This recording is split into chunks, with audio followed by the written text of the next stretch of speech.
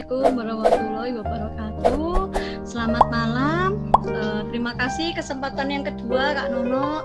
Terima kasih juga buat malam hari ini kita belajar bersama, dan selamat malam buat Pak Endah Toto. Ya, akhirnya ketemu di sini. Ya, setelah ngobrol di belakang layar, tapi ternyata Pak Toto ikut di sini ya. Jadi kita bertemu. Ini pertemuan pertama saya dengan Kak Toto juga ya. Oke. Kak Nono boleh diizinkan untuk share screen? Sudah, Kak. Oke.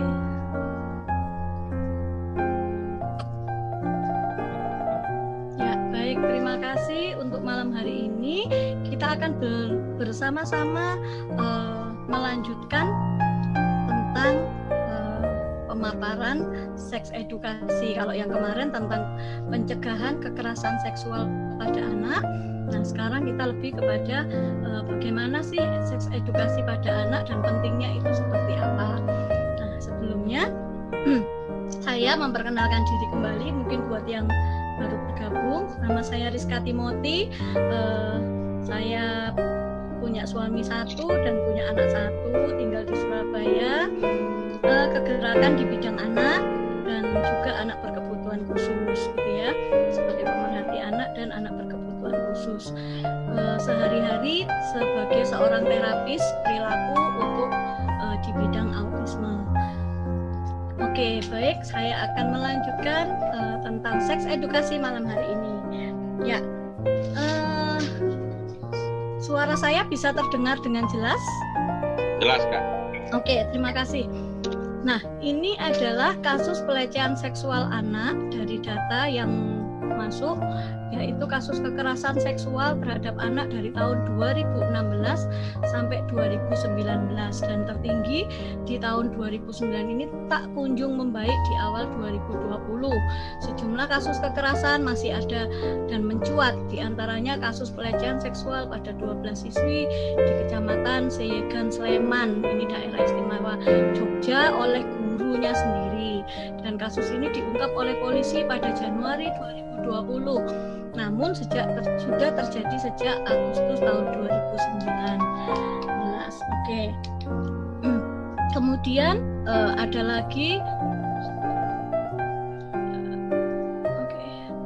ada lagi guru les musik sodomi 4 bocah di Sukabumi. Jadi guru les musik ini menawarkan les musik gratis untuk beberapa anak-anak untuk bisa mengikuti latihan gitu ya. Nah, orang tua juga menyetujui karena oh ini loh gratis, jadi kamu ikut saja. Tapi ternyata guru les tersebut menyodomi 4 dari siswanya begitu ya. Nah, ini sih masih diselidiki, masih diduga karena guru les tersebut mungkin adalah korban emon beberapa tahun yang lalu, jadi masih sedang dalam penyelidikan ya, karena korbannya waktu itu ratusan gitu ya. Nah, ini adalah salah satunya, mungkin masih diselidiki. Nah, kemudian belasan anak di bawah umur jadi korban pelecehan seksual. Terus juga lagi incest, kasus kekerasan seksual terbanyak pada anak perempuan. Ini dari tahun 2019 Komnas Perempuan ada 2.340 kasus kekerasan terhadap anak perempuan. Jadi 770-nya adalah hubungan incest. Oke. Kemudian itu dalam negeri lah, gimana dengan luar negeri? Ternyata juga ada pelakunya orang Indonesia dan itu dilakukan di luar negeri sana, yaitu Renhard Sinaga. Renhard Sinaga adalah predator seksual, setan pemerkosa berantai terbesar dalam sejarah Inggris, dan dia dihukum penjara seumur hidup ya. Jadi di sini ada banyak bukti bahwa video perkosaan yang direkam Renhard itu dimasukkan dalam DVD dan lain sebagainya ya. Nah, di sini. Kemudian ada banyak kasus-kasus yang lain seperti JIS ya, Jakarta International School pada Maret 2014 yang diperlakukan oleh OB-nya ya kalau nggak salah terhadap siswa yang ada di sana. Kemudian yang di Sukabumi kekerasan seksual pedofilia. Kemudian yang kemarin ini kejadian anak usia 8 bulan itu mengalami pelecehan seksual oleh asisten rumah tangga yang ternyata disuruh suami untuk memvideokan, dan itu bayi 8 bulan itu vaginanya itu dimasukkan benda seperti penutupnya bedak itu lah kalau nggak salah. Jadi dengan penutup bedak itu si istri ini pengen menyenangkan hati suaminya, makanya divideokan, dan ibunya mengetahui karena kok seringkali dia menangis dan lain sebagainya, akhirnya diintip sendiri, dilihat sendiri, dan akhirnya diketahui bahwa pembantu ini, asisten rumah tangga ini memperlakukan pelecehan seksual terhadap anak usia 8 bulan. Kemudian kasus Floren dengan Wawan yang sejak usia 11 tahun dan sekarang 14 tahun melahirkan seorang anak, dan sekarang masih lagi dalam dirumahkan di perlindungan anak itu ya. Kemudian banyak kejadian-kejadian yang tidak terlaporkan, dan yang paling jelas ini adalah FBI menyatakan bahwa Indonesia itu sebagai menjadi sorga bagi kejahatan pedofilia. Nah ini ya kasus-kasus pelecehan seksual. Sedikit saya ulas lagi bahwa pelecehan seksual itu adalah interaksi antara anak dengan orang dewasa atau anak dengan anak yang melibatkan stimulasi seksual, baik itu langsung maupun tidak langsung, di mana anak itu diperdaya, diintimidasi, atau dipaksa melakukannya. Nah, oke, kita akan melihat tayangan berikut ini dari Safe Web for Kids. Sebentar, sepertinya suaranya nggak bisa masuk ya. Saya share sound dulu.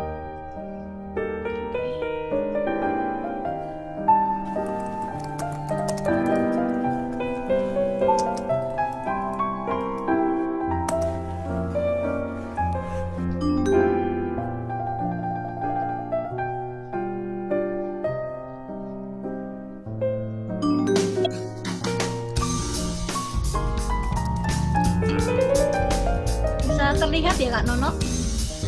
Ya, bisa Kak. Dan suara bagus.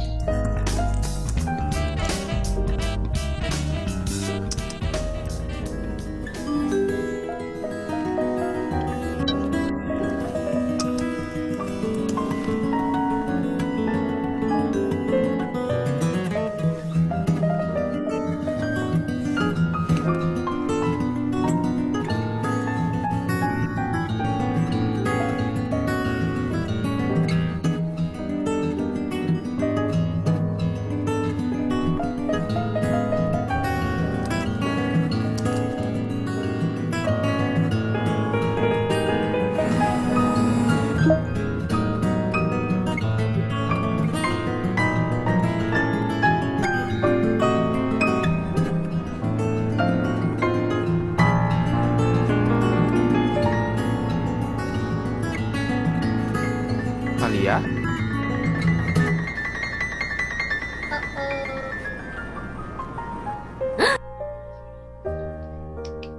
Ya, anak-anak ini ternyata seringkali mengalami korban hoax gitu ya. Hoax dari beberapa orang di media sosial yang mengaku dirinya berwajah ganteng, masih muda, dan lain sebagainya. Ternyata ketika diajak ketemu, orang ini ternyata sudah tua. Bahkan mungkin beberapa dari anak tidak menceritakan terhadap orang tuanya. Nah, hal-hal ini sangat patut kita juga harus waspadai ya.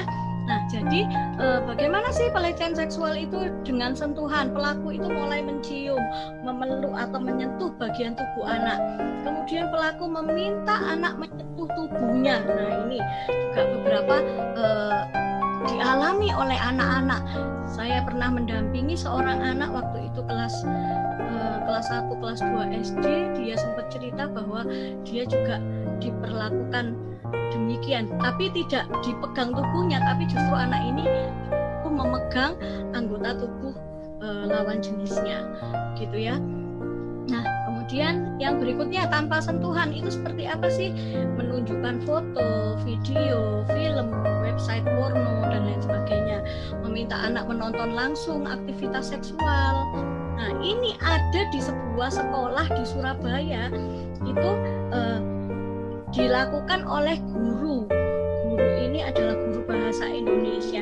Jadi beberapa anak perempuan itu dipanggil, kemudian dibawa ruang guru, kemudian duduk bersama dan diajak menonton aktivitas seksual di dalam laptopnya. Nah, kebetulan waktu itu ada salah satu anak les di teman saya ini guru lesnya, dan akhirnya teman saya bilang, loh, di sekolah ini anak sudah begini-begini. Nah, kebetulan saya kenal sama pemilik yayasannya, saya tanya sama pemilik yayasannya, kemudian iya saya sudah pernah dengar tapi kita belum menemukan bukti. Nah, kebetulan si guru ini juga masuk dalam tim humas sekolah, jadi suka moto-motoin anak, khususnya anak perempuan yang badannya seksi. Katanya dibilang itu loh bajunya kurang dirapetin, kurang diseksiin dan lain sebagainya. Nah, si anak-anak ini bilang lucu, dan dia lebih banyak senang dengan beberapa anak lebih banyak senang dengan guru ini karena guru ini memperlihatkan kelucuannya gitu ya. Tapi akhirnya sekarang sudah dikeluarkan dari sekolah, tetap tidak dilaporkan, tetapi dikeluarkan dari sekolah karena sekolah mengetahui bahwa ternyata di dalam laptopnya itu berisi video porno gitu. Nah, ini meminta anak menonton langsung aktivitas seksual. Kemudian yang berikutnya adalah memperlihatkan bagian tubuh ke anak. Nah, ini juga masuk ya. Kemudian meminta anak berpose tanpa pakaian. Kemudian mengatakan hal-hal yang membuat anak merasa tidak nyaman terhadap tubuhnya. Siapa sih pelaku itu? 90% orang dikenal oleh anak. 30%-nya anggota keluarga, 40%-nya staf sekolah atau daycare-nya, 20%-nya teman orang tua atau tetangga atau pengasuh, 1% pelaku wanita dan lain sebagainya. Termasuk yang tadi ya, itu bagian dari 1% pelakunya wanita. Nah, ini kekerasan seksual terhadap anak. Setiap tahunnya sekitar 400 anak Indonesia menjadi korban kekerasan seksual. 60% korban anak laki-laki, kemudian 40% korban anak perempuan. Lebih banyak justru sekarang ini anak laki-laki ya. Nah, pelaku kebanyakan adalah orang dekatnya si anak. Ini sumbernya dari KPAI. Kebetulan pas lagi ada di TV saya foto ya. Oke. Nah, siapa korbannya? Korbannya adalah anak-anak sebelum usia 18 tahun. One in 4 girls, one in 6 boys ya.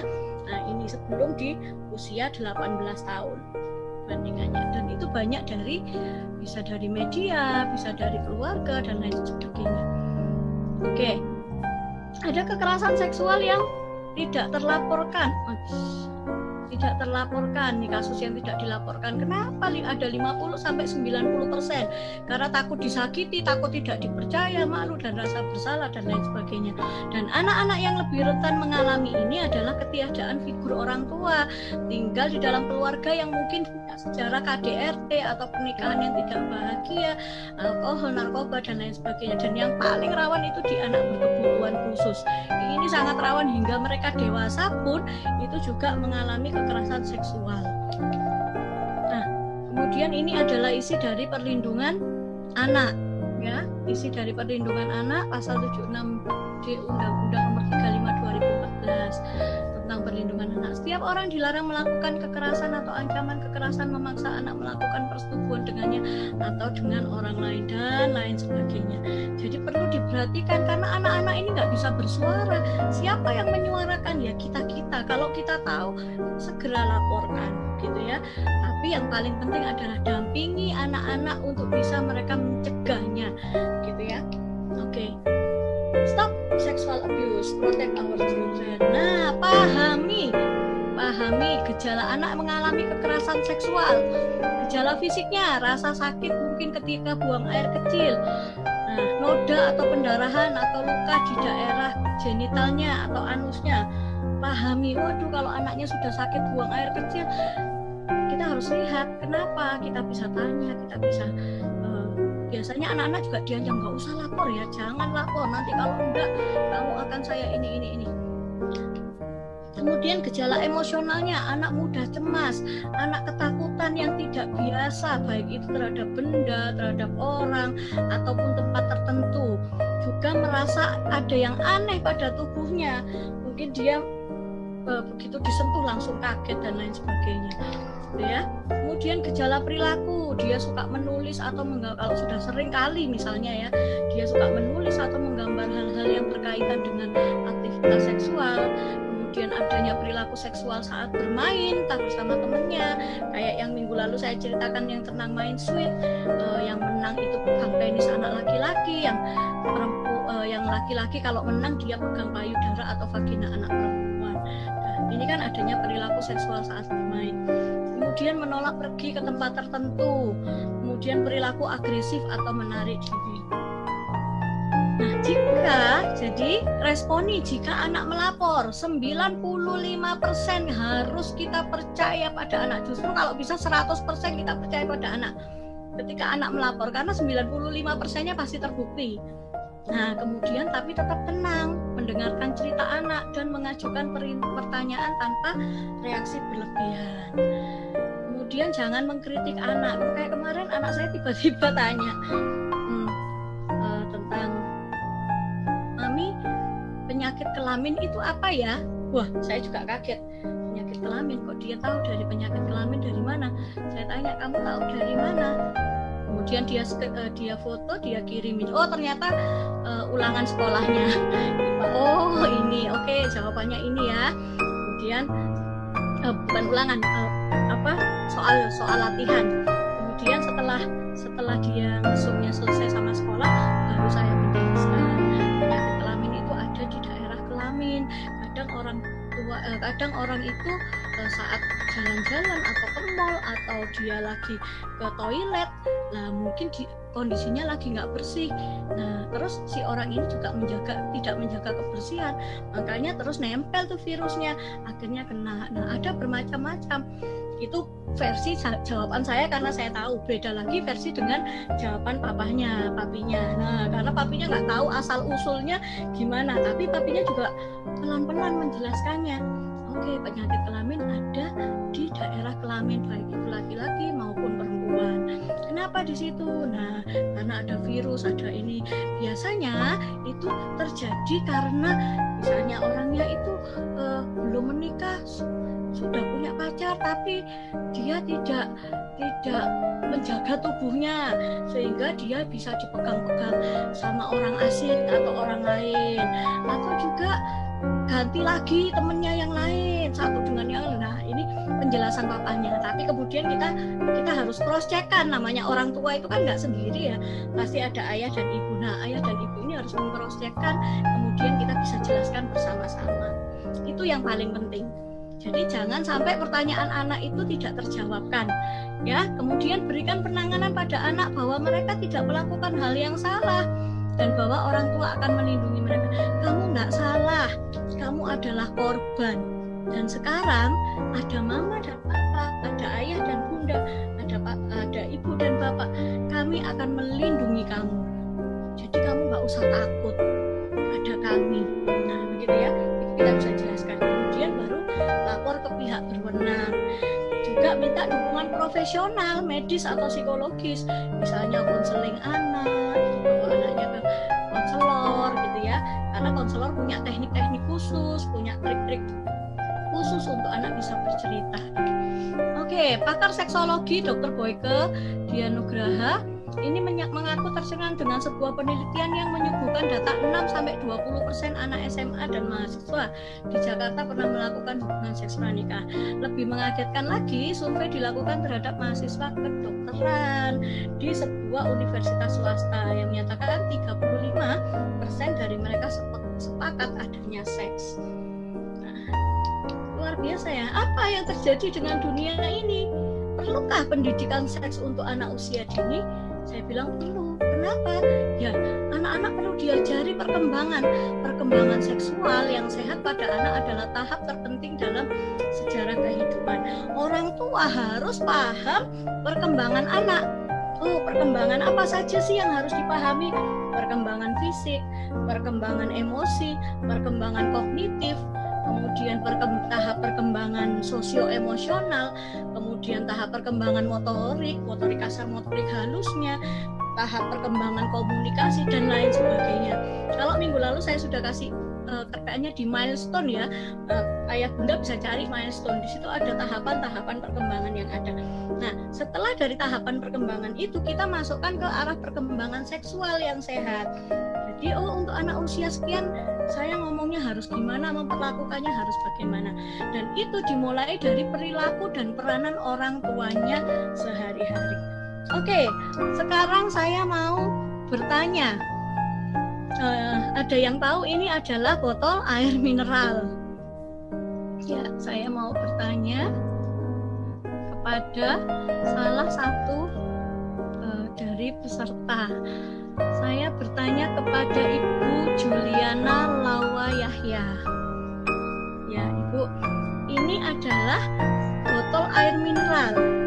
Kalau botol ini saya isi dengan air bersih dan saya berikan kepada Ibu, kira-kira Ibu kondisinya lagi haus, kira-kira mau meminumnya tidak?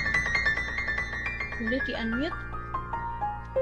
Kalau dari situasi dan analisa saya akan waspada. Apakah orang yang memberikan minum ini saya percaya atau enggak? Nah, ini anak kecil, Bu. Tiba-tiba Ibu haus, terus kemudian saya adalah orang yang Ibu kenal atau orang terdekat. Ini saya kasih air minum. Kira-kira Ibu mau meminumnya? Kalau saya anak kecil kayaknya langsung minum ya. Oke, baik. Tapi seandainya air mineral ini bukan air bersih, tapi diisi sama air kubangan atau air cucian atau cuci tangan lah ya, terus itu airnya agak keruh gitu ya. Nah, saya berikan ke Ibu untuk minum, kira-kira Ibu gimana? Saya juga masih anak-anak ya. Ya, tapi airnya keruh ya. Airnya keruh, kotor.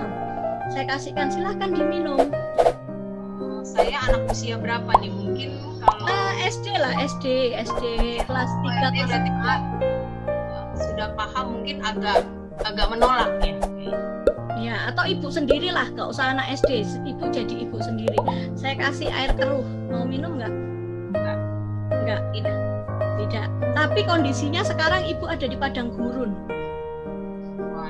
Padang gurun, terus tidak ada air minum, tidak ada air bersih, maksudnya tidak ada air bersih sama sekali, hanya air keruh inilah yang Ibu pegang, dan Ibu harus melanjutkan perjalanan Ibu untuk bertahan hidup. Mungkin tinggal selangkah atau 2 langkah lagi Ibu menemukan jalan raya, tapi Ibu kondisinya benar-benar membutuhkan air. Kira-kira Ibu minum atau tidak? Kalau tidak ada pilihan supaya saya kuat berjalan karena saya sudah dehidrasi, mungkin saya minum. Ya, oke, pasti diminum ya, sekeruh apapun air itu. Itulah kondisi anak-anak kita. Ketika di rumah dia tidak mendapatkan air bersih, ketika dia di rumah tidak mendapatkan kasih sayang, ketika dia di rumah tidak mendapatkan perhatian, di luar sana ada orang yang menawarkan, ini loh nggak apa-apa kamu minum, ini loh kamu masih tetap bisa hidup kok, kamu kan butuh bertahan hidup, kamu kan butuh perhatian, kamu kan butuh dicintai.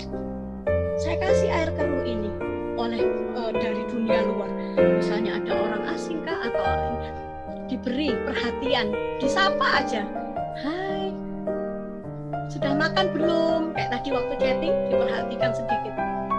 Kira-kira diterima nggak? Diterima. Dia senang sekali saya diperhatikan, karena di rumah saya nggak mendapatkan air bersih itu, di rumah saya nggak mendapatkan kasih sayang itu, di rumah saya nggak mendapatkan perhatian itu. Maka air itu akan saya minum, dan ternyata celakalah saya. Ternyata itu tadi air benar-benar kotor, dan itu hoax, bikin sakit perut, bikin saya mungkin jadi lebih sakit dan lain sebagainya. Oke ya, kita akan lihat satu tontonan tayangan berikut ini. Mau lanjut gak? Mau lanjut? Habis itu lu tampar gua. Kalau gua menang gua pangkul gimana? Iya udah ayo. Bukan gue yang mangkul lu. Gua. Freddy Mangkubumi. Wah. Ini 3 putaran ya. 1, 2, 3. Jadi ini permainan sih. Gila, gua menang cuy. Ini gua siapkan yang namanya kursi. Sama Om sini Om. Aduh. Kalau menang, Cepet Om nungguin nih. jadi Udah. Gimana udah nyaman lu? Mas. Udah nyaman. Nanti aku bawa ke rumah ini. Enak kembuk ya sofa. Udah gini aja lah, gamenya udah berakhir. Ayo sekali, 1, 2, 3. Wih, emang ya kalau nggak kena tampar bukan Freddy namanya. Fred, karena lu udah untung banyak, lu nggak boleh ketip Fred. Ih, gua kena challenge lagi dong. Iya dong. Iya, kamu tampar sekencang mungkin, sekencang mungkin. Demi apa? Ketiga. Oh iya, nggak apa nih. Nggak apa-apa. Ikutin kata setan ya. 2, 3. Kedip dia. Kedip ya. Gua nggak kedip, gua kedip. Kedip lagi. Yang kenceng. Itu Kurang pelan kencang. banget. Imut kan 3. Im. Kedip Fred. Kedip itu kurang kenceng Fred lagi. Sampai bunyi yang kenceng. Lu ngomong dulu dong, Freddy, duta tampar Indonesia. Ngomong dulu. Di Tata Par Indonesia. Masa Cepat ya. terus tampar ya? Enggak. Ya. Sekarang gue pengen main challenge sama lu. Kita akan main gunting batu kertas. Kalau misalnya lu menang, lu boleh tampar gue sekencang mungkin. Tapi kalau misalnya gue menang, lu akan gue pangku. Ini nggak kenal ya. Ini hanya ketemu Di pangku boleh diapain aja gitu. Ya. Ini game 3 putaran. Jadi kalau 3 kali menang selesai. Oke, mulai. Langsung gitu. Sekarang Coba pangku ya. tunjukkan mana? Berarti di sini ya. Iya, iya. Kamu mau ngadep Ada mana? kamu. Oh ya udah. Mau ngadep mana? Ngadep sana deh. Kaki ke sini. Kakinya naik sini enggak? Oh my god, mupeng. Mau cium juga kan? Oh jangan. Ini game lebih berbahaya dari yang gue pikirkan. Tunggu. Ini bahaya nih. Kamera masih oke kan? Saya pegang Ini sini. kamera oke ya? Saya agak gimana gitu. Kenapa gue deg-degan? Ayo lu lupa Nagi. Biar kamu menang. Ah, Boleh. mau kanan kiri? tampar yang kenceng. Ini kenceng. Iya, yang kelihatan kamera tuh. Yang 1, 2. Ya Allah, yang kenceng. Kurang. Itu nggak kenceng kayak gitu aja. Ini coba lagi. Tuh. Aduh dong, itu sakit setting batu ke kaki dia yang mau kalah. Enggak. Kenapa ketawa? Dia seneng kayaknya. Ini ada yang lihat, kita mau siap nggak diliatin orang? Kamu mau kayak gimana sekarang? Biar iri. Jangan gitu Aku ada lagi. sana deh. Kita tuh orangnya nggak Aku nggak ada sana. ngadep sana. Ya. Buka kak. Game buka kak. Enggak lah. Terus habis gini mau ngapain? Mukanya mesum banget sih. Muka lu mesum. Mau gini aja. Iya udah gini aja. Iya. Gini aja. Udah gini aja. Gini aja. Ya gini aja. Mau dia. Udah gini aja. Sudah jangan diterusin. Hah? Punya saya berdiri nih. Saya tidak apa-apa, tidak dibayar kalau gitu caranya. AdSense buat Freddy. Oke, lagi ya. Kali lagi ya. Yes, kamu biasa aja ya. Gua ngerti. Kenapa? Kok dia? Ayo lagi. Tadi kan samping udah, depan udah, sini dong. Iya. Wah, ini dolar kuning nih anjir. Terus diapain? Terus abis itu ngapain? Enggak ngapa-ngapain nih apa? Mau lanjut gak? Mau lanjut? Lanjut enggak, Pak? Oke. Pak, saya ngiri, Pak ya. Boleh nggak sih saya ikutan, Pak? Bentar. Iya. Sorry. Ada yang kenceng nih. Oke, udah selesai. Thank you, gitu aja. Udah Ini gitu doang enggak lanjut. nanti ya. Lanjut ya. Oke, wow. Dia malu. Masa sih? Game ini penuh dosa ya. Thank you Iya, banget. Ini akan kita tayangin di YouTube, nggak apa-apa ya? Oke, thank you banget gitu aja. Oke, ditayangin di YouTube nggak apa-apa ya. Saya mau bertanya kepada Ibu Pineke Susanto. Ya, kalau ini terjadi pada anak-anak kita di rumah manis-manis, ternyata di luar ketika kita tahu kira-kira perasaan ibu gimana nih? Atau ibu lihat film ini aja deh, perasaannya gimana nih? Boleh di unmute, Bu?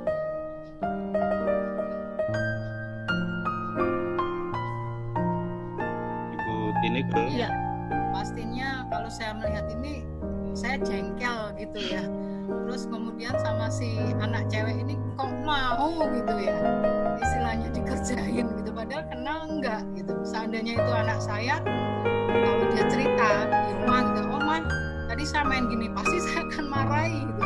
Kok kamu mau gitu ya, yang tanpa orang kenal. Itu sih reaksi saya. Saya lihat ini juga terpancing jengkel gitu ya, walaupun dia hanya canda-candaan gitu. Ya. Oke, terima kasih pendapatnya ya. Iya, Bu. Jadi ternyata ini mungkin dia nggak jujur pastinya sama orang tua, karena sudah tahu dimarahi. Kalau aku jujur pasti bakal dimarahi. Yang kedua, aku nggak dapat perhatian itu dari rumah, aku nggak dapat air bersih itu tadi. Jadi ketika ada orang yang menawari di sini tadi, dia sangat senang sekali. Mungkin beda dengan kasus yang pertama tadi yang sweet. Yang ini lebih lagi karena apa? Begitu dia ditawarin untuk nempel, dia mau langsung nempel, dia mau langsung peluk karena dia membutuhkan. Dia butuhkan perhatian itu, mungkin dia butuhkan sentuhan itu, mungkin di rumah dia nggak dapat dari orang tuanya dan segala macam kemungkinan yang ada. Tapi terkadang orang lain itu memanfaatkan kondisi ini, memanfaatkan tentang kesempatan-kesempatan yang ada,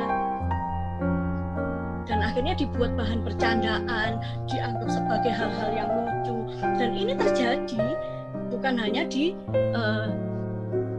luar negeri. Kalau di luar negeri ada tuh permainan Jepang memang. Nah, tapi ini sudah di Indonesia. Ada juga kiss or slap. Jadi kalau menang dicium, cium bibir. Kalau kalah ditampar. Kalau di YouTube silahkan cari itu kiss or slap. Ya, nah, ini sama bagian dari permainan, sama dengan ternyata sudah sampai ke Surabaya. Anak sweet kalau yang menang dia pegang penisnya. Kalau yang cowok menang dia boleh pegang itu payudaranya hanya dengan sweet. Dan ini sudah di mana-mana yang kita sendiri nggak tahu bahwa itu kondisinya sudah terjadi. Oke, saya lanjutkan. Nah, kapan sih terakhir kita itu membicarakan seks kepada anak kita? Bapak Nukes Immanuel, boleh saya bertanya?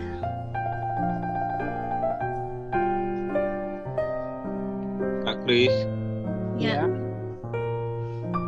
Punya anaknya? Punya anak Bapak? Belum.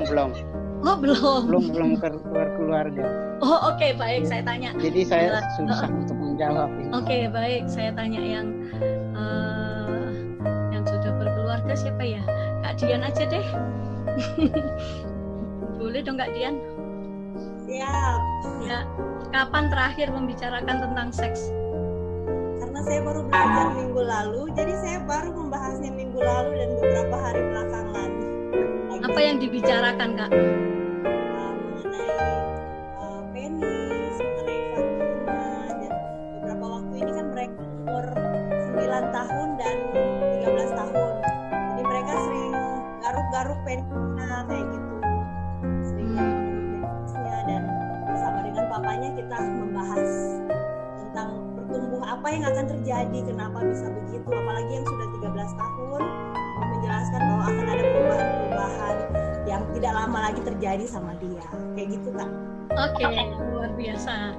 Terima kasih pendapatnya. Kak Nono mungkin yang cowok. Iya, terima kasih. Kapan terakhir membahas seksual?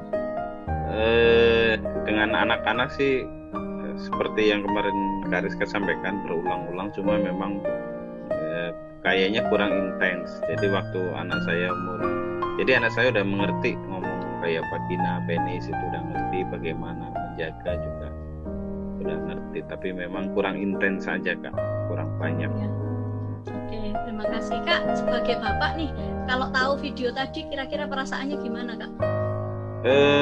Kalau saya ngeliat anak saya misalnya begitu, kebetulan anak saya yang pertama gadis, cewek, jadi kalau ceweknya kayak tadi mungkin saya udah tarik tuh anak bawa pulang ke rumah, atau kesempatan di rumah pasti akan marah gitu lah. Ya. Betul. Ya, respon orang tua ya, karena saking sayangnya dia sampai berlaku seperti ini. Oke, terima kasih Kak Nono. Ya. Oke, saya lanjutkan. Ada beberapa orang tua yang menolak berbicara seksual. Ini survei dilakukan pada 2.305 orang tua. Kenapa? 68% itu menghindari topik seks pada anak. Enggak perlu. Belum waktunya. Berikutnya, malu. 44% malu. Agama nanti kan bakal tahu sendiri. Kan dia sudah dibekali tuh agama-agama firman Tuhan, atau di masjid misalkan dia suka Jumatan dan lain sebagainya, yang Muslim, yang Hindu, yang Buddha dan lain sebagainya. Berikutnya, saya nggak percaya pendidikan seksual. Nanti jangan-jangan kalau saya ngomong malah dipraktekin, ini kan berbahaya. Oke, di mana kira-kira seharusnya belajar seksual. Dari Daily Mail USA, 47% di sekolah ya. Waktu dia berusia kelas 4, kelas 5, kelas 6 ini sudah mulai dipahamkan tentang biologis tubuh. Kemudian 15% justru dari temannya, hati-hati. Bener nggak? Kayaknya kamu kok dadanya sudah mulai membesar ya? Boleh nggak aku raba? Supaya aku tahu kalau dada kamu benar-benar besar. Atau sudah mulai bertumbuh. Bisa jadi. Oke. 15% anggota keluarga. Jadi kita harus pakai nih bagaimana kita membicarakan seksual kepada anak dari anggota keluarga. Karena kalau teman kita harus waspada, kita harus berhati-hati. Dan berikutnya lebih harus hati-hati lagi anak tahu dari internet atau dari TV. Wah, sekarang tayangan TV mah kartun pun juga menjurus ke sana. Jadi orang tua harus mengawasi bacaan anak, mengawasi lagi gadgetnya anak. Apalagi itu sekarang ada sudah banyak tuh bacaan yang di Android itu ya, di App Store itu kayak Wattpad atau apa, itu kan juga mengarah ke hubungan suami istri atau seksualitas dan lain sebagainya. Harus hati-hati. Kira-kira apa sih yang di-download anak saya? Itu harus dicari tahu. Oke, mengembangkan kehidupan seksual yang sehat pada anak, memahami, menerima dan menghargai anak seutuhnya. Tidak boleh mengata-ngatai, kamu itu kok gendut ya, kamu kok jelek ya, kelihatannya itu lucu, tapi ternyata itu juga membuat anak sakit hati. Tubuh mereka itu berharga dan ini adalah anak kita. Maka apapun itu ya mereka harus terlihat tampil baik di hadapan kita. Kita harus menghargai, menerima dan memahami anak seutuhnya. Kemudian menghargai tubuh dan merawatnya dengan baik. Kita pun juga harus jadi teladan, tidak berpakaian minim misal, sehingga anak meniru. Kemudian mendukung kemampuan sisi positif anak, kembangkan bakat dan talenta mereka, hindari baca film atau bacaan porno, terus bersikap terbuka menerima pertanyaan dari anak-anak mengenai masalah seksual, hindari menjelaskan masalah seksual kepada anak dengan nada bercanda, sampaikan dengan serius. Banyak tuh orang tua yang menengah ke bawah itu ya, itu kalau ngomong sama anaknya itu kadang anak ngomong kotor pun akhirnya diketawain, anak ngomong hal-hal yang berhubungan dengan seksual itu juga diketawain, dan itu dianggap lucu karena dia ngomongnya begitu. Anak saya sampai, mami ini harus ngomong tentang pendidikan seksual ini ke guruku karena teman-temanku itu loh sudah nggak bener. Nah, anak saya ngomong seperti itu. Saya tanya ngomongnya apa, mereka ceritanya gimana, saya catat, kemudian saya sampaikan ke gurunya. Miss, bener nggak anak-anak ini loh ngomongnya seperti ini sudah. Nah, ternyata ada beberapa anak yang nggak sama orang tuanya, cuma dibekali gadget dan lain sebagainya. Oke, pendidikan seksual untuk anak usia 2 sampai 6 tahun. 1. Gunakan bahasa yang dimengerti anak. Jadi yang paling sederhana. Kemudian ketika anak mulai meraba-raba, nanti ada ya kita coba sama-sama, mulai meraba atau memegangi bagian tubuh pribadinya, mungkin gatal, mungkin sakit dan lain sebagainya, itu kita jangan buat bercandaan. Tanyakan, mana yang gatal? Kenapa gatal? Oh iya, ini harus dibersihkan. Kalau kamu gatal, penis kamu gatal, vagina kamu gatal atau sakit, cerita ya sama papa mama ya. Nah, nanti papa mama yang akan lihat. Gitu ya. Kemudian aktivitas mandi dan berganti pakaian di dalam kamar mandi ataupun di kamar. Buang air kecil pada tempatnya. Pakaikan pakaian yang pantas. Jadi bukan karena lucu, kasih celana dalam yang lucu, terus dia pamerin. Yang minggu lalu saya ceritakan, dipamerin ke tetangganya, ternyata dia diperkosa sama kakek-kakek umur 5 tahun dan akhirnya meninggal. Nah, hanya gara-gara celana dalam yang lucu. Kemudian latih anggota tubuh dan fungsi yang benar. Oke, mengerti bahwa laki-laki dan perempuan memiliki perbedaan, terutama terutama bagian tubuh yang pribadi. Oh iya, ini punya mama, kalau papa dadanya rata, kalau mama ada. Kenapa? Ya ini untuk minum adik bayi. Kan adik bayi butuh hidup, butuh makan. Dia belum bisa makanan keras, dia hanya bisa minum air susu ibu. Nah, ini kan mama. Jadi mama kasih air susu mama untuk dia bisa hidup. Sama seperti kamu dulu, misalkan begitu. Jelaskan menurut usianya ya. Kemudian mengetahui label bagian anggota tubuh dengan menggunakan bahasa sederhana. Mata, hidung, pantat, ketiak, terus dada dan lain sebagainya. Mendapatkan pengetahuan sederhana dan terbatas tentang kehamilan dan kelahiran. Nah, ini boleh. Oh iya, mama dan papa itu menikah, kasih tuh gambar pernikahan. Setelah itu mama dan papa jadi satu ruangan. Kalau dulu papa punya rumah sendiri, mama punya rumah sendiri. Setelah menikah kita tinggal dalam satu rumah dan satu kamar. Nah, mama sayang papa, papa sayang mama. Kemudian kami tidur bersama di kamar itu. Dan besok-besoknya ternyata mama diizinkan punya anak. Itu kamu ada di perut mama. Sudah cukup. Oh, dia tahu bahwa mama papanya menikah terus ada dalam satu kamar, satu ruangan. Itu ya. Kemudian selalu terbuka dengan pertanyaan-pertanyaan anak karena mungkin rasa ingin tahunya mereka. Ya, begitu. Kemudian fenomena perilaku mereka, menikmati ketelanjangan, misalkan, keluar kamar mandi nggak pakai baju. Nah, itu mereka sangat menikmati sebenarnya. Terus mainin penisnya, misalkan kok rasanya ada nikmat ya. Nah, ini di sini punya kenikmatan sentuhan pada alat kelamin. Sudah ada. Nah, menunjukkan permainan seks dengan teman-temannya, misalkan main kuda-kudaan biasa sama ayah ya, main kuda-kudaan, anaknya di punggungnya ayahnya gitu juga.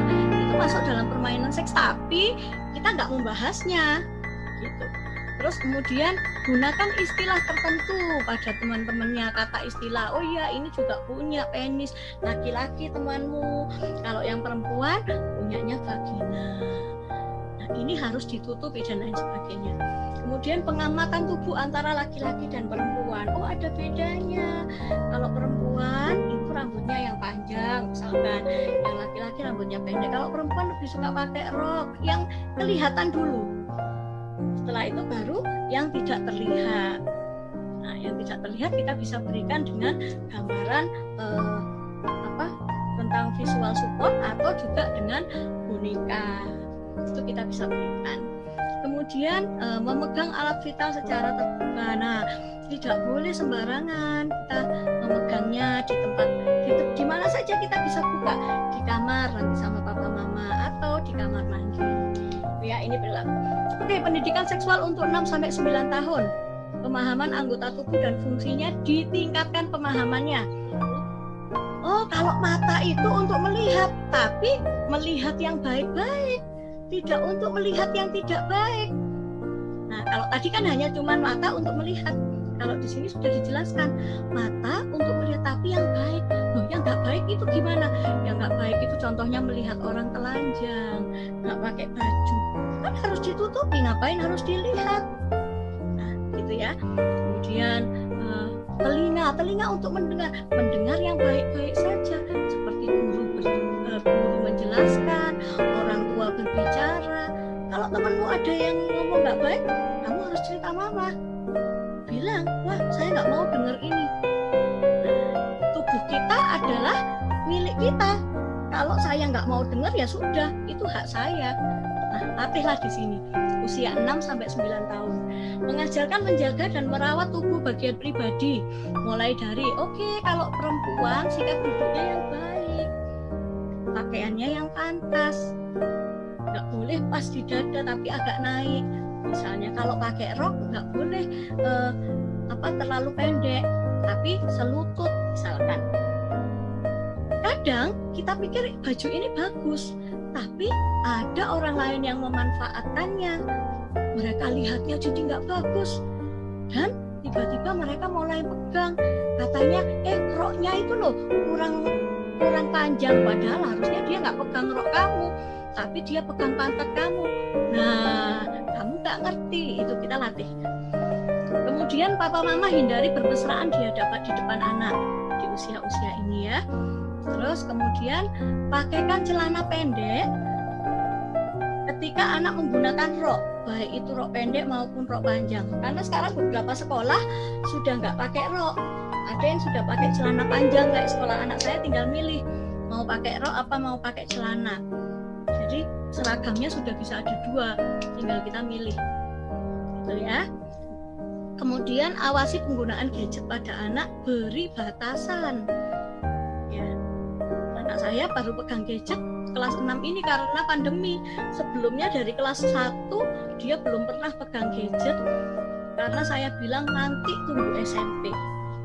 Kalau pegang gadget pun harus sama mami dan itu gadgetnya mami. Dan saya lebih bekalkan kepada buku bacaan. Gitu. Nah, kemudian ajari anak bercerita tentang kegiatan di sekolah atau saat ke rumah, buat tuh jurnal misalkan, buku. Oke, kamu harus nulis nih, pulang sekolah tadi ngapain sama siapa dan lain sebagainya. Anak bisa nulis. Oh, hari ini tadi aku main sama ini karena ini. Jadi kita tahu kegiatan anak di sekolah itu seperti apa. Dia sama siapa saja. Kita juga harus tahu ketika dia pergi ke rumah saudaranya menginap di sana, dia harus bisa cerita. Jadi orang tua harus tahu keseluruhan kegiatan anak. Gitu ya. Oke, orang tua menambah wawasan mengenai proses tumbuh kembang anak pra-remaja. Mulailah disiapkan ya untuk anak perempuan dilatih. Tadi yang kemarin menstruasi dan lain sebagainya, anak laki-laki juga. Orang tua belajar mendengar cerita anak, tidak menyebut bagian pribadi dengan sebutan yang melucu. Awasi gadget dan buku bacaannya. Jadi anak nggak berpikir bahwa seks itu menyenangkan dan menghibur di usianya. Ya, memiliki pengetahuan tentang masturbasi, hubungan intim di 12 tahun ini. Memiliki aspek-aspek perubahan pubertas, mengkoreksi nama organ-organ seks, ya. Kemudian selalu terbuka dengan pertanyaan-pertanyaan karena rasa ingin tahu mereka. Oke, fenomenanya apa? Menikmati muatan seksual. Nah, kadang misalnya nonton gini terus tiba-tiba dibuka sedikit, atau tiba-tiba dia malu kalau pas ada orang tuanya padahal. Nah, latih anak-anak punya integritas. Tanpa orang tuanya pun mereka harus bisa mengontrol dirinya. Nah, kemudian mulai suka tuh megang organ vital di rumah atau tempat tersembunyi. Cari tahu, melihat gambar-gambar telanjang, cari tahu. Mulai malu dengan cara berpakaian yang minim, malu dikelilingi anak laki-laki asing. Misalkan bermain yang menjurus permainan seksual seperti tadi juga pengaruh. Terus tertarik pada hubungan seks lawan jenis. Oke, berikutnya SMP 13 sampai 18 tahun. Mulai memberi pengertian akan usaha untuk mendapatkan pasangan hidup yang tepat. Kamu harus bergaul dengan teman yang baik. Kalau teman yang kamu bergaul dengan teman yang kurang baik, maka kamu nanti bisa jadi tidak baik. Bagaimana teman yang baik? Bagaimana teman yang tidak baik? Orang tua mengajar anak mengidentifikasi perbuatan baik dan tidak baik. Orang tua mengajak anak mengidentifikasi percakapan baik dan percakapan tidak baik. Orang tua mengajak anak mengidentifikasi apa yang dilihat baik dan apa yang dilihat tidak baik. Diskusi di sana. Jadi banyak hal untuk bisa didiskusikan. Kemudian memberi pengetahuan tentang bahaya menular seksual atau PMS, HIV/AIDS serta kehamilan tidak terduga. Mengajak berdiskusi bila menemukan masalah dengan teman lawan jenisnya. Kemudian otoritas orang tua semakin berkurang di tahap ini. Jadi kalau tahap-tahap sebelumnya gagal, maka ketika remaja dan dewasa dia akan sulit dikendalikan. Saya bilang sama anak saya bilang sama beberapa sekolah yang saya waktu itu tentang seks edukasi ini, saya bilang usia 11 tahun kemudian dia suka sama laki-laki. Ini ada loh 11-12 tahun ini sudah mojok SD, dia sudah mojok, kemudian sudah memegang-megang bagian tubuh. Saya bilang, kalau sampai ada yang dilakukan, kamu sudah haid, tiba-tiba kamu hamil, kira-kira orang tuamu bagaimana? Oke, yang cowok umur berapa? 12, yang cewek umur berapa? 11. Begitu kamu hamil, oke lah, kamu kalau diterima oke, masih dilindungi. Tapi kalau tidak diterima orang tua, ketika kamu masuk, ketika kamu diusir keluar dari rumah, maka kamu harus segera mencari rumah tempat tinggal baru. 11 tahun dalam kondisi hamil, mau kerja apa? Paling kerja apa? Ya paling bisa nyuci, Kak, jadi tukang cuci atau jadi pembantu mungkin ya. Tapi kamu 11 tahun loh, kerjaan apa yang bisa kamu lakukan dengan mencuci? Emang kamu pernah bisa mencuci? Ya belum bersih, Kak. Oke. Yang 12 tahun laki-laki, kamu harus bertanggung jawab. Tugas laki-laki itu tugas ayah, bertanggung jawab terhadap keluarga. Bisa nggak kamu kerja mencukupi kebutuhan keluarga? Anggap aja 11-12 tukang sapu, bukan berarti tukang sapu nggak baik ya, maksudnya pekerjaan di usia-usia itu, tukang sapu ataupun misalnya asisten rumah tangga, di total 800.000 atau 1 juta, cukup untuk bayar untuk hidup 1 bulan nggak kira-kira? Nah itu saya ajak hitung-hitungan anak-anak, ternyata wah nggak cukup ya Kak, belum kontraannya, belum susunya, belum kalau dia sakit, belum lagi kalau kitanya yang sakit dan lain sebagainya. Saya ajak hitung-hitungan, tambah kurang-kurang dan lain sebagainya. Nah di sini bisa mulai kita berikan. Nah bagaimana orang tua ya terbuka dalam emosi dan komunikasi, memberi penjelasan tentang seks dan seksualitas, observasi perubahan perilaku seks anak, bimbing mengenali dan menerima diri sendiri. Aduh, aku kok berjerawat ya? Ya kamu harus terima kamu berjerawat, cuci mukamu. Nggak apa-apa kok kamu berjerawat. Aduh, bajuku kok nggak ada yang cukup ya? Oke, nanti mama bantu, kita cari baju yang agak besar ya. Tapi nanti sama-sama mama kita olahraga ya. Kita mau menjadi ramping supaya kamu nggak terlihat besar lagi. Nah, belajar mengenali dan menerima diri. Ajak mereka untuk kita bimbing, gitu ya. Kemudian memberitahukan perubahannya dan akibatnya. Akibat dari dengan berteman dengan yang nggak baik atau berteman dengan teman baik itu apa akibatnya, itu kita bimbing. Ciptakan lingkungan sehat dan aman buat mereka, di mana mereka tinggal. Ajari kebersihan dan perawatan, ya.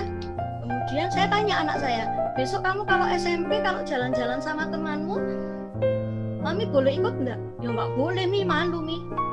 Terus tapi papi itu katanya mau ikut aku. Ya enggak apa-apa, kan papi menjaga kamu. Nanti papi akan duduk di tempat yang jauh. Yang penting papi tahu kamu aman. Nah itu harus diberitakan berulang-ulang. Karena papi bukan mau mengurusi pertemanan kamu, tapi papi harus yakinkan kamu aman. Kalau kamu sudah aman, papi sudah mengenal lingkunganmu, sudah tahu lingkungan sehatmu, ya maka papi akan lepas. Tapi itu ada waktunya, bukan saat awal SMP. Kapan, Pi? Tunggu waktu papi, nanti papi yang akan bicara, oke, kamu sudah siap. Nah, itu kita yang harus infokan. Ya.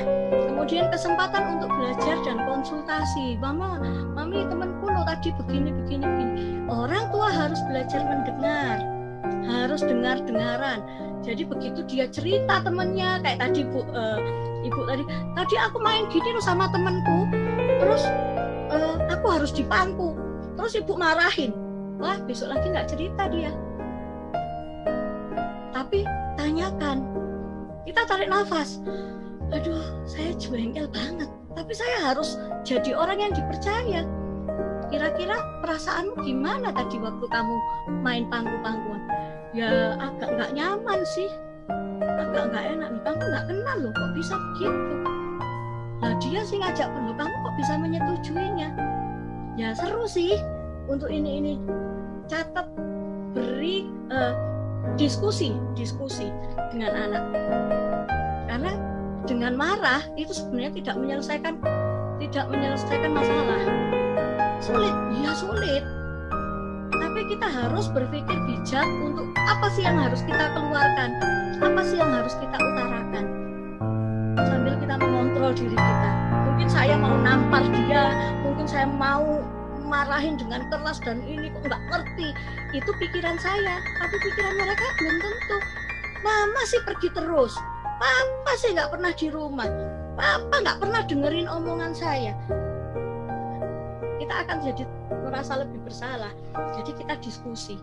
Oke, kalau saya yang salah, saya minta maaf, gitu ya.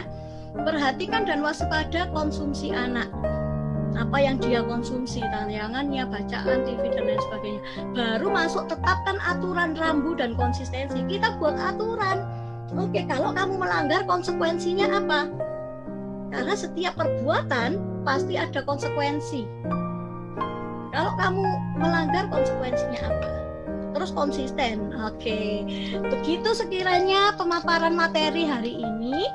Tapi sekarang saya mau ajak kita semua menyampaikan hal-hal tentang seks edukasi ini kepada anak. Jadi apa sih yang harus saya sampaikan kepada mereka dengan materi-materi ini? Gitu ya. Kalau tadi itu adalah pemahamannya. Oke, sekarang kita masukkan. Ini kita anggap anak-anak ini ada di usia kelas 1 sampai kelas 3 SD. Ya, saya sebagai ibunya, kakak-kakak, bapak ibu, ayah bunda sebagai anaknya. Ya, nanti di tengah-tengah boleh langsung di-unmute, langsung ngomong. Oke? Kita siap ya? Baik, hari ini mama dan papa mau cerita. Oke, ceritanya tentang superhero. Wah, hebat banget. Kalian itu adalah superhero. Siapa yang tahu superhero? Ya. Ya. Oke, tahu superhero. Apa sih superhero itu? Jagoan. Jagoan, apalagi ada yang tahu? Boleh. Kayak Superman bisa terbang. Wah, Superman bisa terbang, apalagi Pahlawan. Pahlawan. Nah, Orang hebat. orang yang hebat. Oh, oke. Superhero itu adalah pahlawan, orang yang hebat, jagoan. Nah, tahu nggak sih? Kalau kita itu juga superhero, kita itu pahlawan, kita itu orang hebat. Tapi orang hebat buat apa ya? Wah, kita itu adalah superhero-nya tubuh kita. Setuju nggak? Superhero tubuh kita. Kita ini hebat loh. Nah, kalau kita seorang superhero, kita ini harus menjaga tubuh kita. Kita pahlawan bagi tubuh kita. Contoh nih, misalkan, aduh aku itu mau makan ayam. Biasanya mereka suka ayam fast food ya. Hari ini Senin saya makan ayam fast food. Besok saya makan lagi. Lusa saya makan lagi. 2 minggu saya makan terus tiba-tiba saya sakit. Kira-kira kamu jadi superhero buat tubuhmu enggak? Enggak, karena kamu bisa sakit dengan makanan-makanan enggak sehat. Nah, seorang superhero adalah seorang yang senantiasa berjaga-jaga, seorang yang senantiasa menjaga diri dari bahaya yang mengancam keselamatan diri sendiri. Ayam itu bahaya kalau kita makan setiap hari. Yang harus kita makan setiap hari adalah buah, sayur. Jadi tidak boleh makan ayam siap saji setiap hari. Kenapa? Nah, kita bisa ceritakan. Ada MSG-nya, mengandung ini dan lain sebagainya gitu ya. Kalau belum tahu kita nggak usah cerita. Oke. Selanjutnya, seorang superhero itu harus menjaga diri dari orang yang kamu terkontaminasi Americano. Ya, ada Americano di sini. Ya, kemudian menghindar dari orang-orang yang jahat, menjaga diri dan menjaga tubuh. Mungkin temanmu bilang, nggak apa-apa, sekali aja loh. Nggak apa-apa, kan kemarin, sekarang masih 2 kali. Tidak, kamu harus bisa menjaga diri. Nah, menjaga diri itu seperti apa? kamu menjaga tubuh dan menjaga setiap anggota tubuh. Dengan apa caranya? Ayo, siapa yang tahu? Rajin olahraga. Olahraga, hebat. Apalagi? Makan makanan yang sehat. Makan makanan yang sehat. Apalagi? Minum air putih. Minum air putih. Sebelum makan jangan lupa cuci tangan loh ya. Nah, setelah makan jangan lupa gosok gigi juga supaya kuman-kuman tidak mengumpul atau menumpuk di mulut kita. Oke. Wah, kalian ternyata hebat ya. Tahu nggak sih, Tuhan itu menciptakan kita itu unik loh.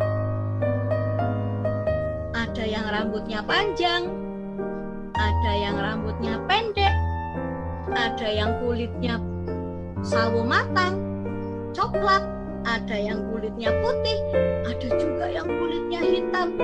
Itu loh Tuhan ciptakan macam-macam, unik sekali. Nah, tugas kita adalah selain menjaga diri kita juga harus jaga teman-teman kita.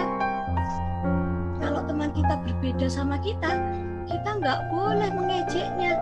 Kita harus menghormati. Wah, rambut kamu lu bagus ya, keriting. Rambut aku lurus. Wah, kamu kulitnya hitam, kalau kulit aku putih. Kita jadi sama seperti hitam dan putih. Kita cocok loh, bisa jadi sahabat. Boleh, tapi bukan mengejek, gitu ya. Oke, sekarang coba kalau kamu hitam, aku putih, kita juga punya tubuh yang sama. Nah, tubuh kita punya fungsinya. Apa tuh fungsinya? Kalau boleh tahu, apa fungsi tubuh? Nah, kakak punya nih. Oke, fungsi tubuh kalau ini apa ya? Share screen-nya di stop supaya. Oh, nggak kelihatan ya? Iya. Oke, siap. Ya. Nah, kalau ini adalah apa ya? Mata untuk melihat, betul. Melihat yang baik-baik ya. Jangan melihat yang nggak baik. Tidak boleh melihat kaki orang lain. Yang di dalamnya rok itu juga nggak boleh. Harus ditutup.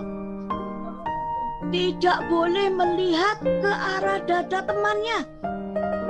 Nah, itu ya, ingat-ingat. Oke, sekarang apa nih? Telinga untuk apa? Mendengar. Ya, mendengar. Nah, mendengar yang baik-baik saja. Mungkin kita bisa mendengar lagu, kita bisa mendengar cerita teman, dan lain-lain.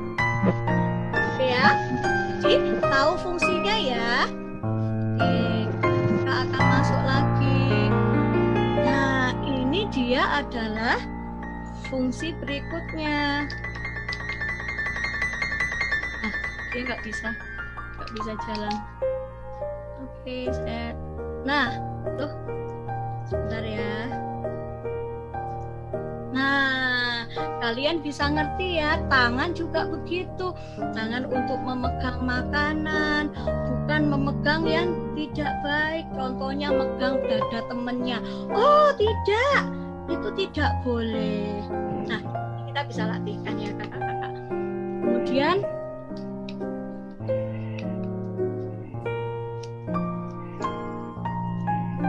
oke, kita adalah manusia yang harus menjaga tubuh kita, menjaganya dengan makanan sehat. Menjaga diri itu penting loh.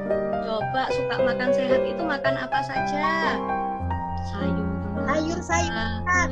Pintar sekali, sayur-sayuran. Ada yang tahu makan apa lagi? Buah-buahan. Buah-buahan. Tapi ingat, sayurannya harus dicuci dulu, buah-buahnya harus dicuci dulu baru kita makan supaya kita tidak sakit perut. Oke. Selain itu berolahraga. Siapa yang suka olahraga? Iya.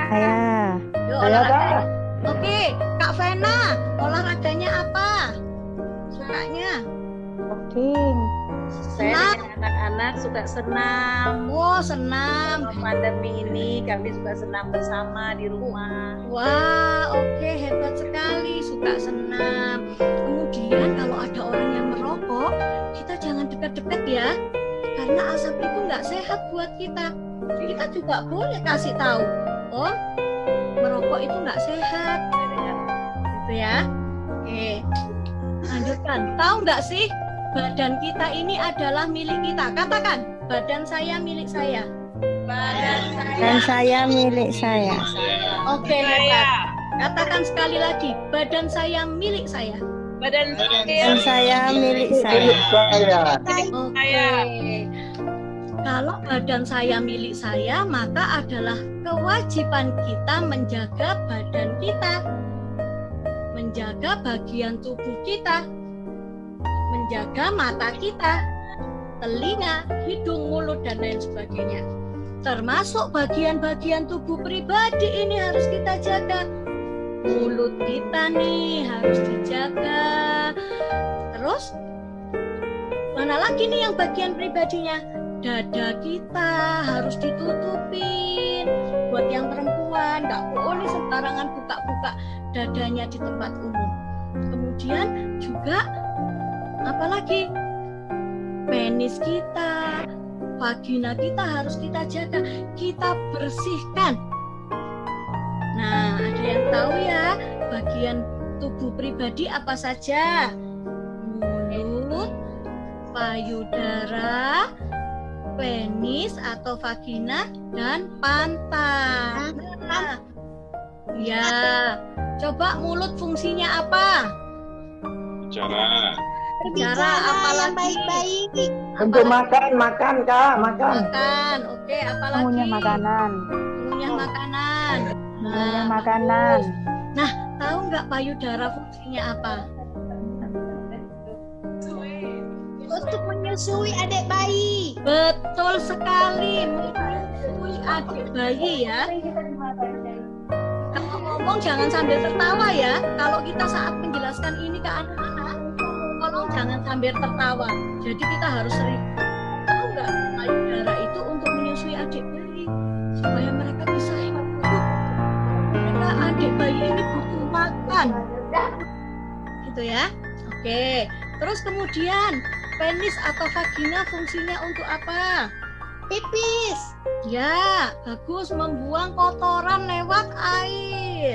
Lewat vagina membuang cairan yang kotor itu dibuang lewat air seni. Kalau pantat itu apa?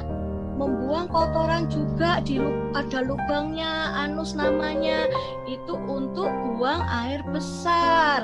Apa yang kita makan itu dicerna, kemudian yang baik itu diserap untuk tubuh kita untuk bertumbuh. Tapi yang jelek, yang nggak berguna, yang jadi sampah itu dibuang lewat anus kita. Nah, kalau sudah dibuang berarti anus kita itu tempat pembuangan sampah yang ada di dalam tubuh kita. Kita harus tahu, dan itu harus dicuci dan dibersihkan. Oke, orang lain. Nah, siapa orang lain? Orang lain itu tidak boleh sembarangan dan melihat dan menyentuh tubuhmu. Karena dia adalah orang lain. Yang boleh siapa? Karena kamu adalah bos kamu, tubuhmu sendiri, kamu boleh. Tapi ketika tubuhmu sakit, kamu harus cerita sehingga mama bisa membawa ke rumah sakit untuk dilihatkan ke dokter. Nah, maksudnya berarti gini, boleh pegang sendiri dalam arti tidak untuk sebuah kenikmatan sendiri ya. Nah, kadang itu ada yang menyalahgunakan. Nah, jadi kita harus tahu batasan-batasannya. Kemudian ini sentuhan. Tahu nggak yang warna hijau itu adalah sentuhan yang baik. Yang warna orange itu sentuhan yang membuat kita bingung. Dan yang warna merah itu sentuhan yang tidak baik. Jadi kalau papa mama sedang mengelus rambutmu itu baik atau tidak? Kita tunjukkan baik. Kalau yang tiba-tiba menyentuh di area lenganmu, memegang atau meraba, kira-kira bingung ini baik apa enggak ya? Itu kita bisa sampaikan. Sentuhan yang buruk di mana? Di area yang tertutup pakaian dalam. Mana itu? Di area yang tertutup pakaian renang. Mana itu? Di area dada dan di area penis atau vagina. Stop, tidak boleh menyentuhnya. Ya. Kemudian kita kenalkan apa sih sentuhan baik itu? Sentuhan baik adalah sentuhan yang membuat kamu nyaman. Kalau papa memeluk kamu, papa membelai rambutmu dan kamu nyaman, kamu merasa diperhatikan, itu sentuhan baik. Tapi sentuhan tidak baik itu adalah sentuhan di mana membuat kamu marah, membuat kamu sedih. Tiba-tiba ada orang megang atau mukul pantatmu dan dia tertawa. Aduh, sedih banget rasanya. Itu orang sudah nggak baik sama kamu. Atau tiba-tiba ada orang saat jalan terus memegang di area dadamu. Atau tiba-tiba dia mencium kamu. Itu sangat tidak baik. Kenapa? Karena kamu nggak nyaman. Kamu wajib lapor. Kamu wajib cerita. Nah, ini ada ya di Google ya. Bapak, Ibu, Ayah, Bunda bisa print. Kemudian bisa tempelkan di dinding atau di pintu supaya anak-anak bisa baca. Oh, bagian mana yang boleh disentuh? Area mana saja?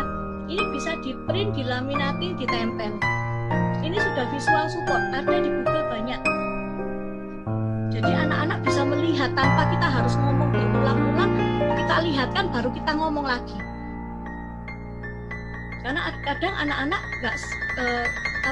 tidak mau mendengarnya diulang-ulangi, tapi di luar sana orang melakukannya berulang-ulang. Caranya gimana ya? Kita pakai visual support, tempelin, gitu ya.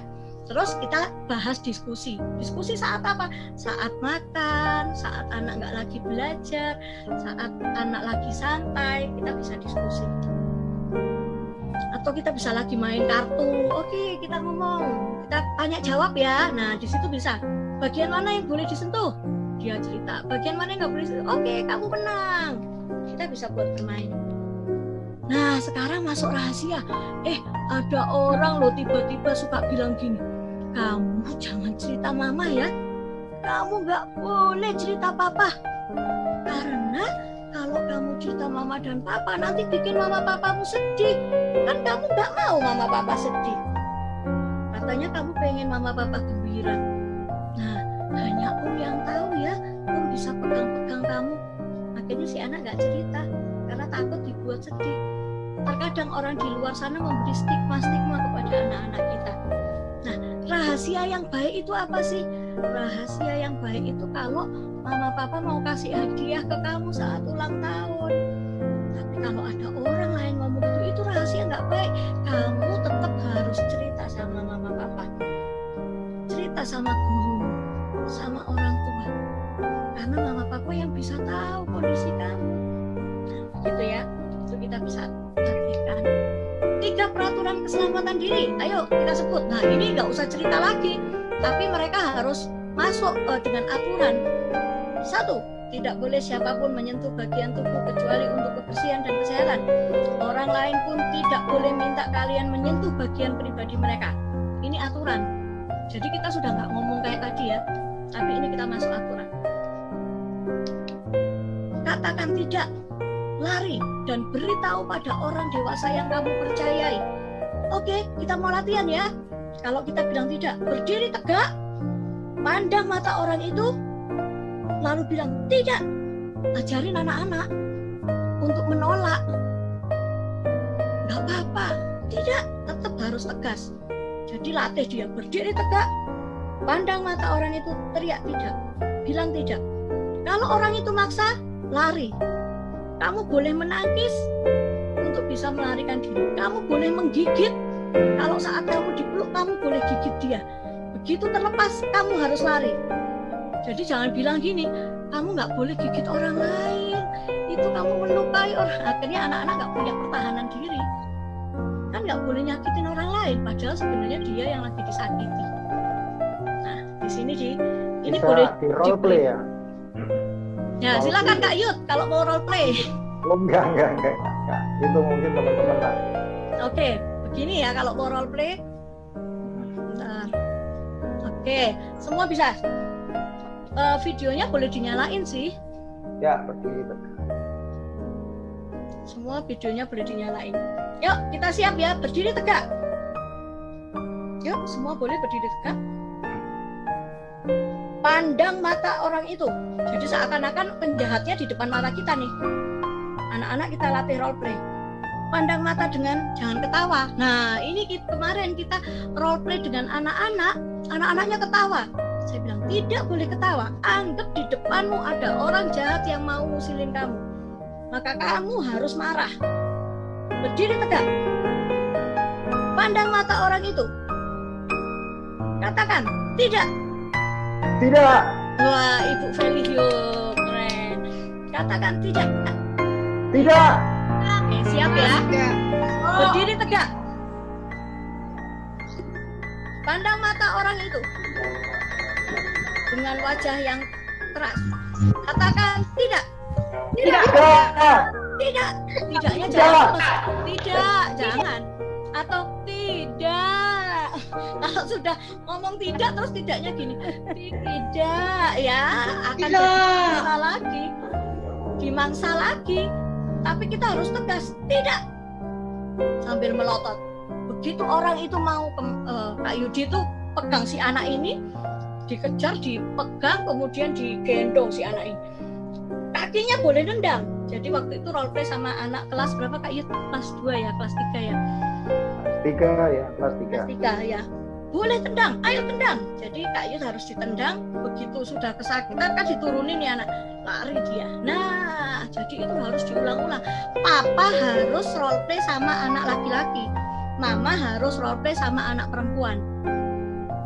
Itu yang akan diberitakan berulang-ulang. Coba kamu kalau tak peluk dari belakang, gimana kamu menghindar? Boleh. Papa juga boleh latihan sama anak perempuan. Karena kan biasanya anak perempuan tiba-tiba didekap sama orang laki-laki. Nah, itu harus di role playkan, gitu ya. Oke. Nah, ini juga bisa di print kemudian ditempelkan. Lari ke tempat yang ramai, teriak minta tolong, bilang orang tua, guru atau orang dewasa. Tapi ternyata nggak ada yang percaya. Cari orang dewasa yang lain sampai benar-benar didengar. Ya. Nah, ini tipsnya ada, mandikan pakaian dan lain sebagainya. Nanti bisa saya share, nanti bisa di print, ditempel. Ya. Kemudian bila belum mendapat orang dewasa, beritahu kepada orang dewasa lain yang kamu percayai. Yang ketiga adalah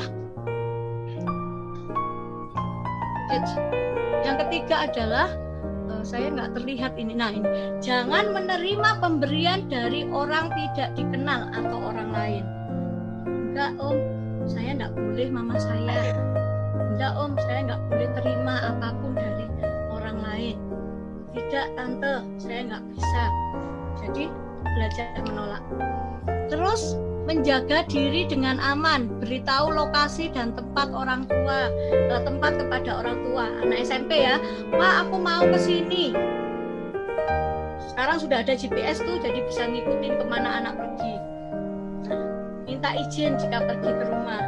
Bila di sekolah minta izin guru. Beritahu orang lain siapa kita akan pergi. Oke, saya mau kemarin ini sudah dijelaskan. Sebelum kita akhiri, saya mau pilih salah satu untuk menjelaskan lingkaran sosial, atau bisa langsung di unmute. Nanti saya akan mengirimkan buku kekerasan pada anak. Saya punya buku kekerasan pada anak, nanti saya diinfo alamatnya, saya akan kirimkan buku tersebut ya.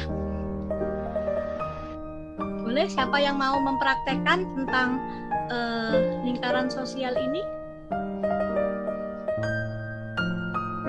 Ada?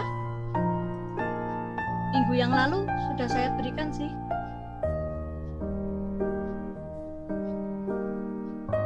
Kakak ya kakak. yang paling dalam anggota keluarga, ayah, ibu, kakak, adik, masih boleh memegang rambut kamu, lengan kamu, lalu pegangan tangan untuk menyeberang jalan. Itu dan itu pun harus ditemani. Kalau ada ayah harus ada ibu, kakak kasih tahu ibu juga, adik sama ayah. Jadi sama-sama, tapi masih boleh pegang kepala, bahu, pegang tangan. Kalau lingkaran yang berikutnya, paman, bibi, boleh pegang tangan, tapi udah nggak boleh pegang kepala kamu ya. Nah, kalau tetangga, RT dan sepupu juga nggak boleh pegang-pegang kamu lagi, tapi mereka boleh kasih petunjuk, termasuk juga guru sekolah kamu, teman, terapis, guru les, semua juga kamu nggak boleh sendirian juga bersama mereka, harus ditemani dengan yang lain. Gitu Kak ya? Oke, luar biasa. Oke, di tengah itu adalah nama kamu, nama Rizka misalkan. Nah, papa, mama, kakak dan adik itu boleh peluk kamu, boleh cium kamu, boleh belai rambut kamu, boleh menggandeng kamu. Kalau kamu sedih, kamu butuh pelukan, nggak apa-apa kamu peluk papa, kamu peluk mama. Nah, kemudian tahu nggak, paman, bibi, sepupu itu sudah nggak boleh peluk kamu lama-lama. Mungkin bisa peluk kamu saat datang. Oh iya, tapi ingat nanti kalau kamu sudah umur 13, kamu sudah harus kalau kamu umur 13, paman sudah nggak bisa peluk kamu lagi. Misalkan 13 tahun ke atas gitu ya. Nah, bibi boleh. Pegang rambut boleh nggak? Boleh. Pegang bahu boleh nggak? Nah, ini sudah harus dikurangi. Hanya boleh gandengan tangan. Nah, kemudian tahu nggak, teman, sesepuh, tetangga, ini sudah nggak bisa cium kamu, pegang rambut kamu, pegang bahu kamu. Mereka hanya boleh berjabatan tangan sama kamu. Sesekali bolehlah nepuk bahu kalau kamu dapat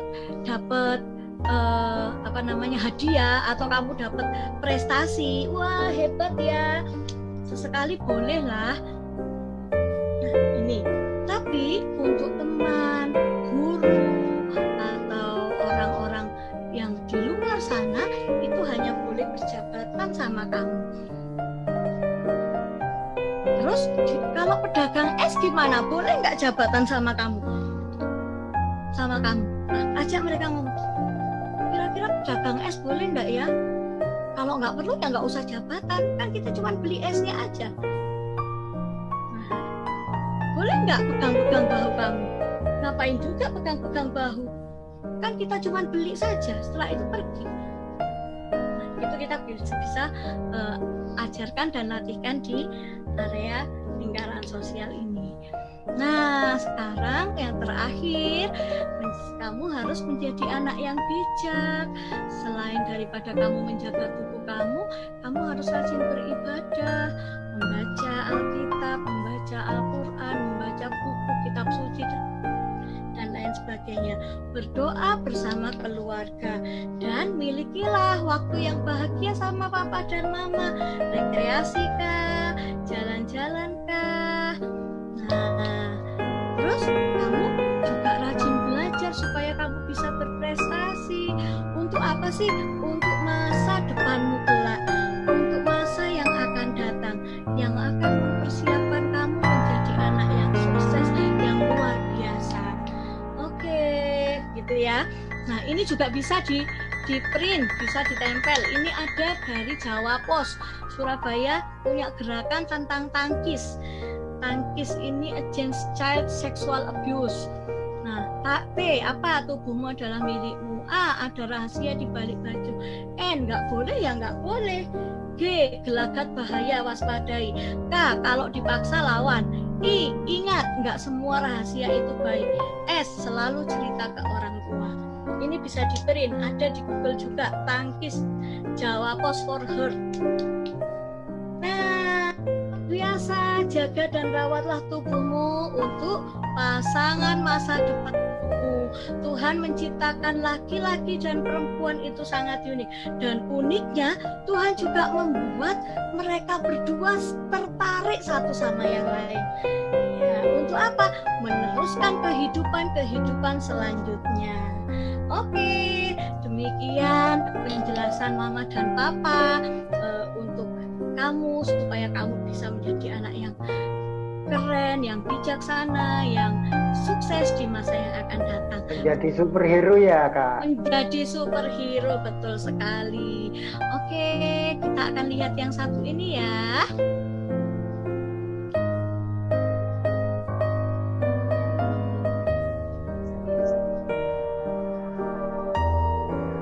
I wish our daughter was still a virgin, a virgin, a virgin. I wish my friends would shut up about it. I wish. I wish my parents didn't know. I wish I never clicked there. I wish we'd had the talk. I wish I'd never crossed the line. I wish we had said no. I wish my dad would have told me. I wish I had known how to talk to him. I wish I knew if I'd rather be with a guy or with a girl. I wish I knew. I wish I didn't dream about what I saw on TV. I wish my mind didn't go there. I wish I could have talked to her earlier. I wish my mom would have told me. I wish we'd never gone that far. I wish I loved her. I wish I hadn't waited for a better time to talk to her. I wish she'd stop texting me stuff like that. I wish I had known oral sex counted as sex.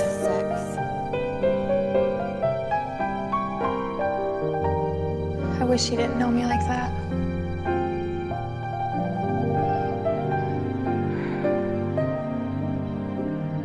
I wish. I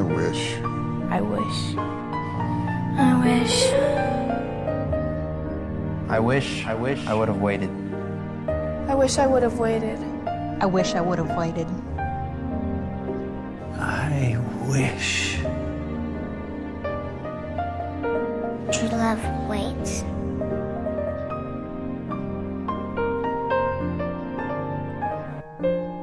Bapak, Ibu, Ayah, Bunda, jangan pernah bosan memperkatakan ini. Kak, sudah pernah saya kasih tahu, sudah pernah saya informasikan, terus berulang dan berulang.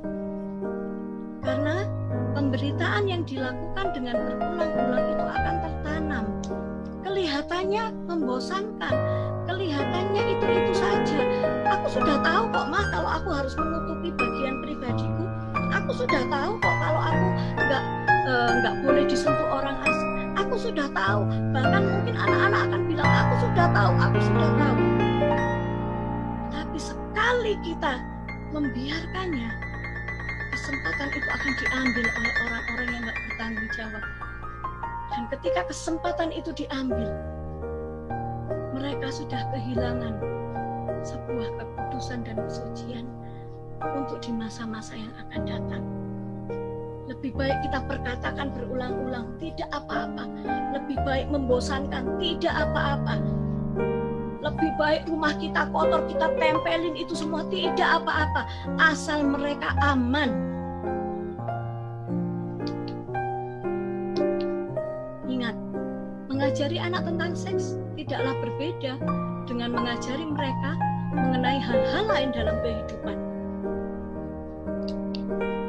Tidak ada orang tua yang membiarkan anak balita bermain masak-masakan dengan menggunakan pisau potong. Pasti tahulah itu berbahaya. Dan yang terakhir, kita nggak bisa melindungi putra-putri kita dari kehidupan. Tapi kita bisa mempersiapkan mereka untuk menghadapi kehidupan. Terima kasih Kak Nur. Demikian sharing dari